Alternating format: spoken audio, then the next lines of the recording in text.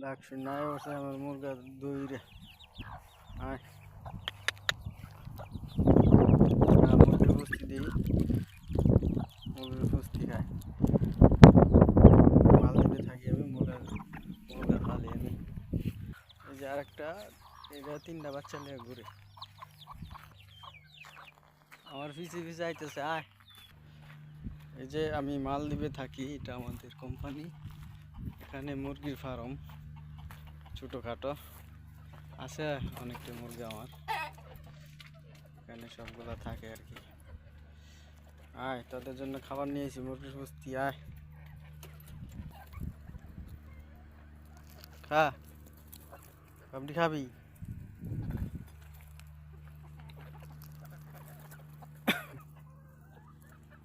সকাল তেলে খাইছ না কিছু? খা মুরগির পুষ্টি।